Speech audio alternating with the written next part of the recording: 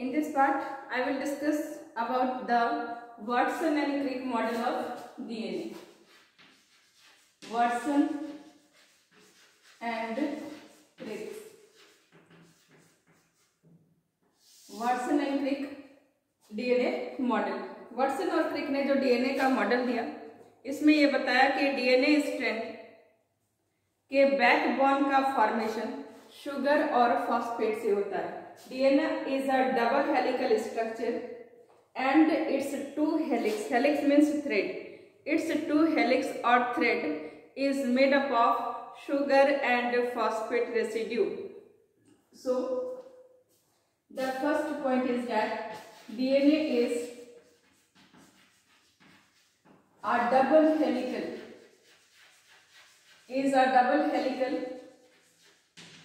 structure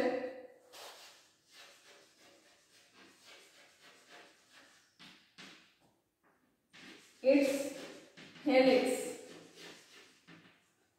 means thread. Its helix is made up of sugar and phosphate residue. So sugar and phosphate forms the backbone. Sugar and phosphate forms the backbone of DNA. The two helix of DNA are intertwined with each other in plectonemic manner.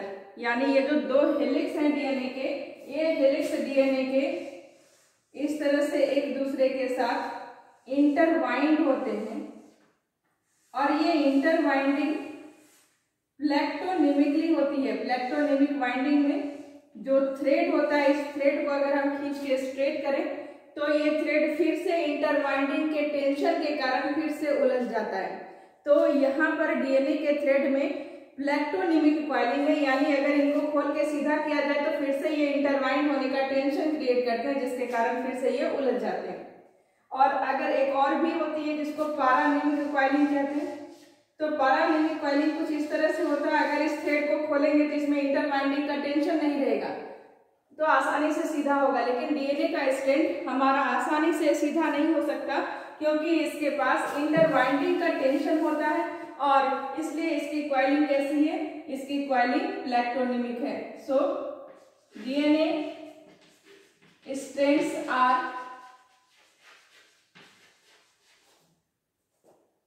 प्लेक्टोनेमिकली coiled.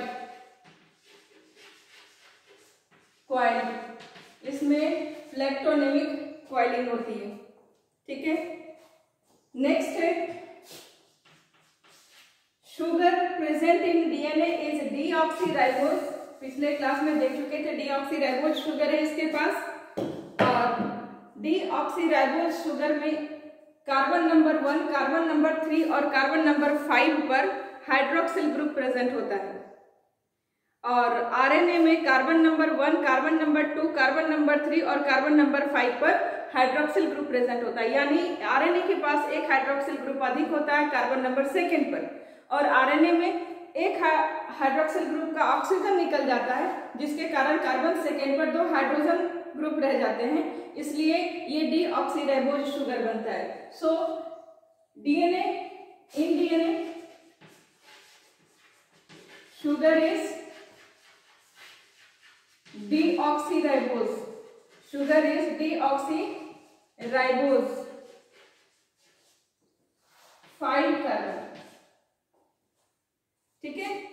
अब ये deoxyribose sugar phosphoric acid के साथ जुड़ा होता है और phosphoric acid और deoxyribose sugar के बीच में केमिकल बॉन्ड का फॉर्मेशन होता है. एक टाइप ऑफ कोवेलेंट बॉन्ड बनता है जिसको फॉस्फोडाइएस्टर बॉन्ड कहते हैं. तो देखेंगे नेक्स्ट कि शुगर और फॉस्फेट, यहां पर शुगर और फॉस्फेट इस तरह से sugar phosphate sugar phosphate sugar phosphate का बैकबोन बनता है. इसी बैकबोन में शुगर फॉस्फेट के साथ, फिर शुगर फॉस्फेट के साथ। ये किस तरह से फॉस्फेट के साथ जुड़ता है कि एक फॉस्फोरिक एसिड के साथ दो इंडिपेंडेंट शुगर अटैच होते हैं। यहां पर देखिए, carbon number 1, carbon number 2, carbon number 3, phosphoric acid, दूसरा sugar carbon number 1, carbon number 2, carbon number 3, carbon number 4, carbon number 5। यहां पर carbon number 1, carbon number 2, carbon number 3, carbon number 4, carbon number 5। तो ये इस तरह से अटैच होता है कि एक शुगर का third carbon position 1, 2, 3 third carbon position पर ये फॉस्फोरिक एसिड एक बॉन्ड का फॉर्मेशन करता है। इस बॉन्ड को ईस्टर बॉन्ड कहते हैं। और दूसरे शुगर के 5th पोजीशन पर जो कार्बन है, यहां पर भी ये फास्फोरस के साथ बॉन्ड बनाता है और यहां पर फिर से एक ईस्टर बॉन्ड का फॉर्मेशन होता है। तो ईस्टर बॉन्ड एक यहां पर बनता है, एक यहां पर बनता है। इसलिए इस बॉन्ड को जो शुगर और फॉस्फेट के बीच बना, इसको कहते हैं फॉस्फोडाइएस्टर बॉन्ड। ये बॉन्ड हमारा क्या बना? Phosphodiester bond, phosphodiester bond. यहां पर एक और बात समझने की है, carbon number 1, carbon number 2, carbon number 3 पर फॉस्फेट आकर अटैच हो जाता है, ये वाटर बनकर बाहर निकल जाता है, तो फॉस्फेट यहां पर जुड़ता है। एक शुगर के थर्ड कार्बन पोजीशन पर फॉस्फेट अटैच होता है, दूसरे शुगर के 5th कार्बन पोजीशन पर फॉस्फेट अटैच होता है ना। तो फॉस्फेट का अटैचमेंट फर्स्ट शुगर के थर्ड कार्बन पर भी होता है, दूसरे शुगर के 5th कार्बन पर भी होता है। ये बात समझ में आ रही है। और इस अटैचमेंट के कारण दो ईस्टर बॉन्ड का फॉर्मेशन होता है और वाटर मॉलिक्यूल यहां से बाहर निकलता है और इस बॉन्ड को कहते हैं फॉस्फोडाइएस्टर बॉन्ड। इस बॉन्ड का नाम होगा phosphodiester bond. So next, sugar phosphate, यहाँ पर ये फॉस्फेट थर्ड कार्बन से अटैच हुआ है, यहाँ पर इसके शुगर के 5वें कार्बन से अटैच हुआ है, फिर यहाँ पर थर्ड कार्बन से, यहाँ पर 5th कार्बन से अटैच हुआ है। ठीक है, उस जो यहाँ पर स्ट्रक्चर दिख रहा है फार्मूला, उसके हेल्प से आप इसको समझिए। तो in between sugar and phosphate, in between sugar and phosphate, in between sugar and phosphate, phosphodiester bond forms. In between sugar and phosphate, phosphodiester bond forms. Next,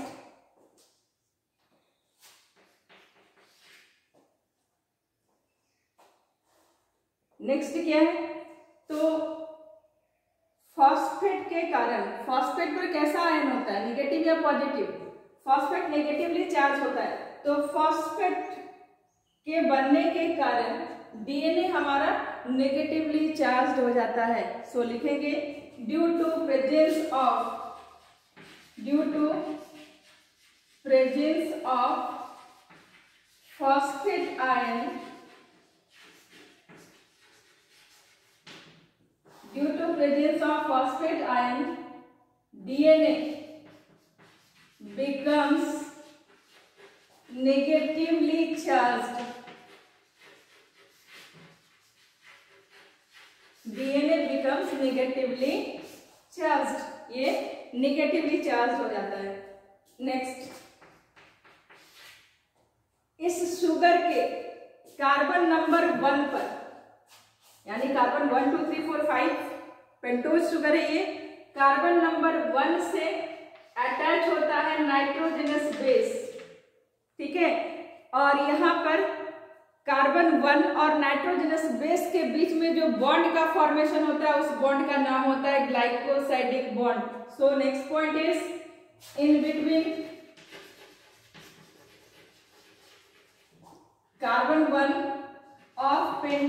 sugar,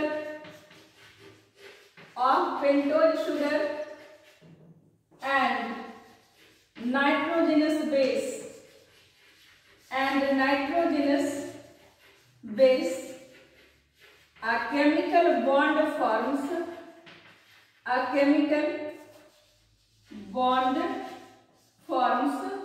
which is known as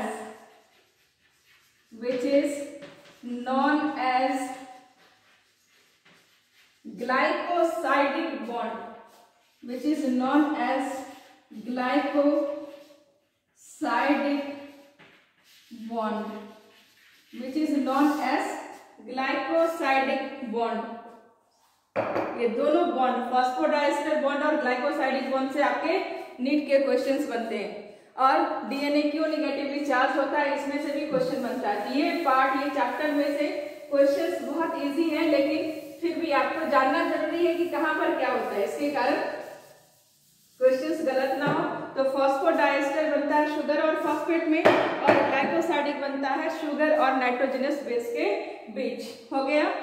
Sugar, phosphate and nitrogenous base is collectively known as nucleotide. So next point is sugar plus phosphate plus nitrogenous base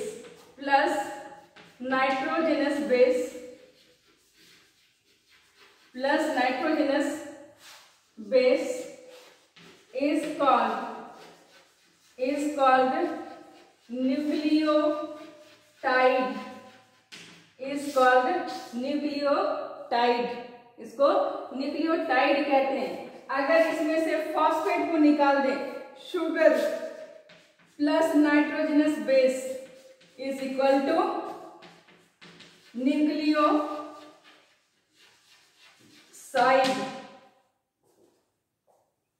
clear है? Next, अब एक strand हमारा sugar phosphate sugar phosphate sugar phosphate sugar phosphate. दूसरा strand sugar phosphate sugar phosphate sugar phosphate sugar phosphate sugar phosphate. ये दो strand DNA के anti parallel होते हैं। तो next point is the two strand of DNA is anti parallel. The two strand of DNA is anti parallel. The two strand of DNA anti parallel मतलब दोनों parallel तो है, लेकिन direction दोनों स्ट्रैंड का अपोजिट है। तो if the two strands are parallel but their direction is opposite, then it is called anti-parallel. Next point is the two strands of DNA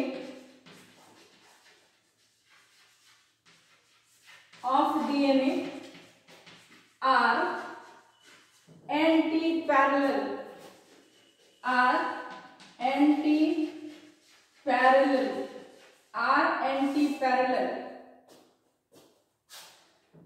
अब यहां देखो, यहां पर शुगर से एक नाइट्रोजनस बेस अटैच हुआ होगा, यहां से भी एक नाइट्रोजनस बेस अटैच हुआ होगा। आपको पता है कॉम्प्लीमेंट्री बेस पेयरिंग होती है।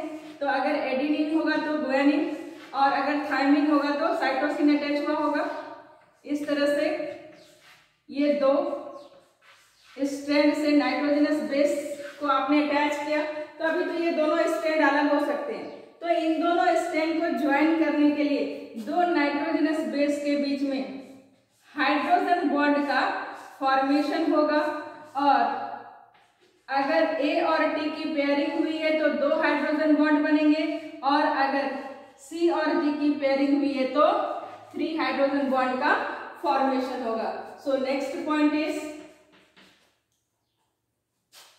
in between the two nitrogenous base, in between the two nitrogenous base, in between the two nitrogenous base, hydrogen hydrogen bond forms. Hydrogen bond forms in between A and T or T and A. Two hydrogen bond forms.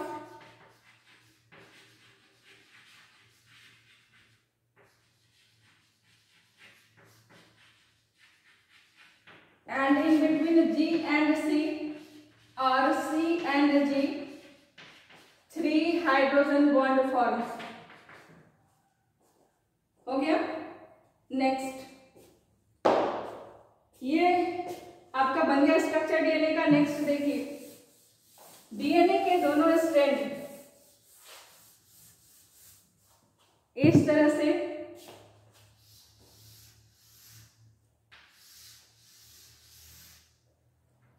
एक दूसरे के साथ intertwined है।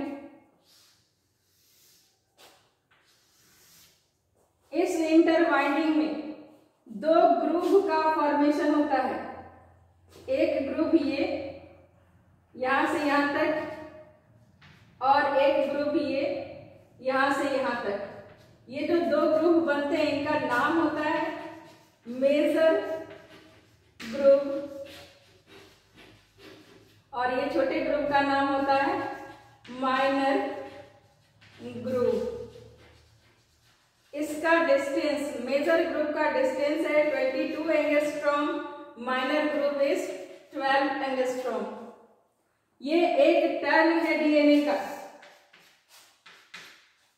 इस एक turn, DNA के एक turn में 10 न्यूक्लियोटाइड, 10 बेस पेयर प्रेजेंट होते हैं। तो बेस पेयर का मतलब एटी या टीएजीसी, और ये बेस पेयरिंग है, एक बेस दूसरे बेस के साथ पेयर करता है। तो यहाँ पर ये दो स्ट्रैंड है डीएनए के। इन दोनों स्ट्रैंड डीएनए के बीच का जो डायमीटर होता है ये 20 एंगस्ट्रॉम होता है।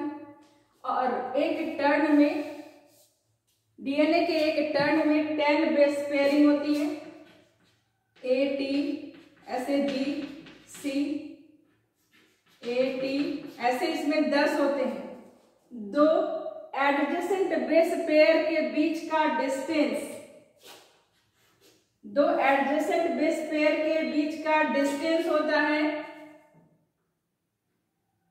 0.34 नैनोमीटर और 3.4 एंगस्ट्रॉम। तो यहां से यहां तक 10 बेस पेयर होते हैं, तो एक टर्न का डिस्टेंस हो जाता है 3.4 नैनोमीटर और 34 एंगस्ट्रॉम। क्लियर है? सो नेक्स्ट पॉइंट लिखेंगे, the diameter of DNA strand is approx 20 angstrom. The diameter of DNA strand is 20 angstrom.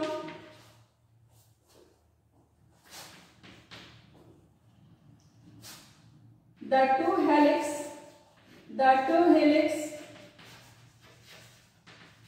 intertwines in such a way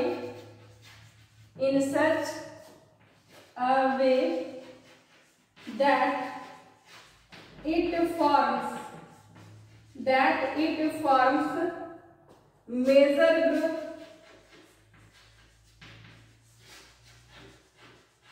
and minor group, major group and minor group. Major group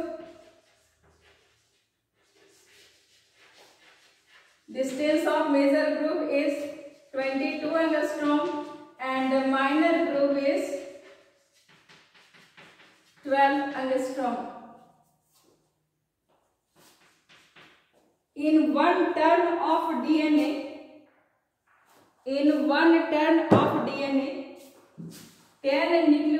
10 base pairs are present. So in one turn of DNA, 10 base pairs are present. Distance between two adjacent base pair, distance between two adjacent base pair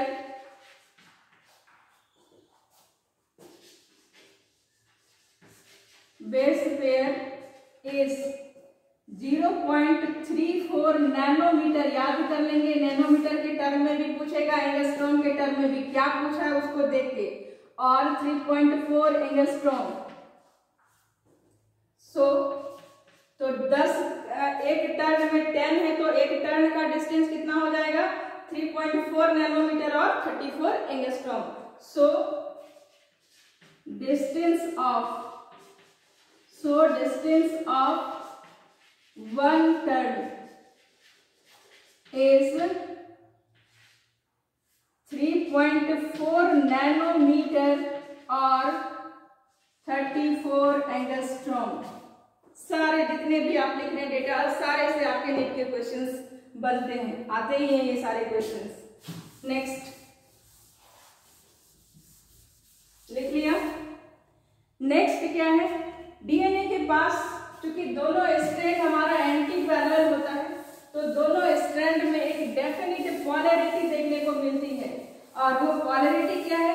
तो एक strand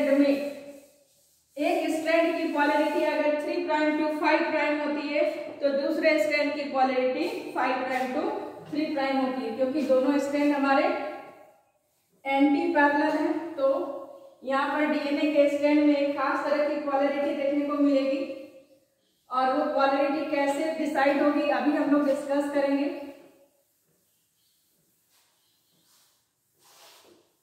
अभी आपने सुना कि DNA के structure में हमारे पास क्या है? तो शुगर और फॉस्फेट का अटैचमेंट होता है। तो शुगर और फॉस्फेट जब अटैच होते हैं तो कैसे? लेट्स सी, अभी एक शुगर, याद रखो एक शुगर में हम लोग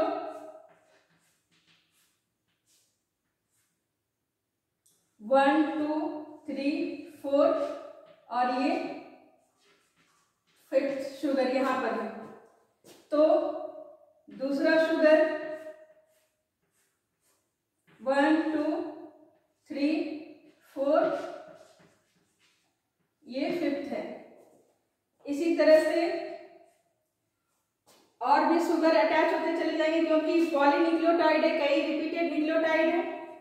इस शुगर के 3rd कार्बन से 1 to 3rd कार्बन से एक फॉस्फेट अटैच हुआ था, और इस शुगर के 5th कार्बन से भी ये फॉस्फेट अटैच हुआ था।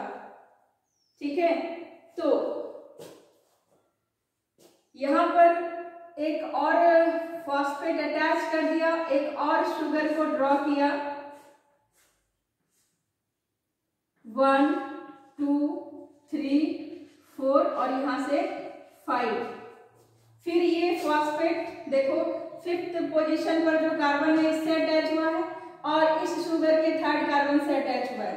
इस शुगर के 5th कार्बन से फॉस्फेट अटैच हुआ है, इस शुगर के 3rd कार्बन से फॉस्फेट अटैच हुआ है। यानी फॉस्फेट एक शुगर के 3रे कार्बन से जुड़ता है, और वही फॉस्फेट दूसरे शुगर के 5वें कार्बन से भी जुड़ता है। तो 1 phosphate is attached to the 2 carbon, 2 independent carbon, और ये फॉस्फेट एक शुगर के अगर 3rd कार्बन से जुड़ा है तो दूसरे शुगर के ये 5th कार्बन से जुड़ा होगा। तो सपोज ये स्ट्रैंड डीएनए का इतना ही लंबा है, तो इस स्ट्रैंड में ये 5th कार्बन है, ये फॉस्फेट से जुड़ा होगा, ये 3rd कार्बन है, ये फॉस्फेट से जुड़ा होगा। तो अब इसके बाद शुगर है क्या? नहीं।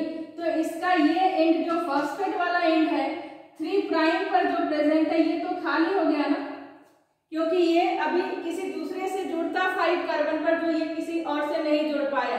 और यहाँ पर ये 3rd कार्बन से जुड़ा है, शुगर है यहाँ पर, फिर इस शुगर का 5वां कार्बन फॉस्फेट से जुड़ा, इसके बाद एक शुगर और होता, तब ना ये फॉस्फेट इसके 3 कार्बन से जुड़ता। तो यहाँ पर और शुगर है नहीं क्योंकि डीएनए स्ट्रैंड इतना ही बड़ा है। तो अब क्या हो गया, इसका 5वां कार्बन पर फॉस्फेट अधूरा रह गया, यानी फॉस्फेट कहीं और से नहीं जुड़ा, और इसके तीसरे कार्बन पर जो फॉस्फेट है ये भी किसी से नहीं जुड़ा। तो इस स्ट्रैंड का डायरेक्शन हो गया 3 प्राइम टू 5 प्राइम। 3 प्राइम मतलब 3 प्राइम पर जो फॉस्फेट है वो अधूरा है, और 5 प्राइम का मतलब 5वें कार्बन पर जो फॉस्फेट है वो अधूरा है। तो ये स्ट्रैंड की पोलैरिटी हो गई 3 प्राइम टू 5 प्राइम। और एंटी पैरेलल का मतलब उसका दूसरा स्ट्रैंड कैसा होगा, उसके दूसरे स्ट्रैंड की पोलैरिटी क्या होगी, 5 प्राइम टू 3 प्राइम। क्लियर हो गया। So next point is in the 2 strands of DNA, 2 strands of DNA, definite polarity occurs, definite polarity occurs. One strand is directed towards, one strand is directed towards 5 prime to, sorry पहले 3 prime लिख लो, directed towards 3 prime to 5 prime, whereas another strand is directed towards 5 prime to 3 prime, because both the strands are anti parallel. क्योंकि दोनों strand कैसे होते हैं, दोनों strand anti parallel होते हैं। तो ये था structure of DNA. In the next lecture I will discuss the characteristic feature of the DNA, और डीएनए के क्या क्या कैरेक्टरिस्टिक फीचर होते हैं। ठीक है।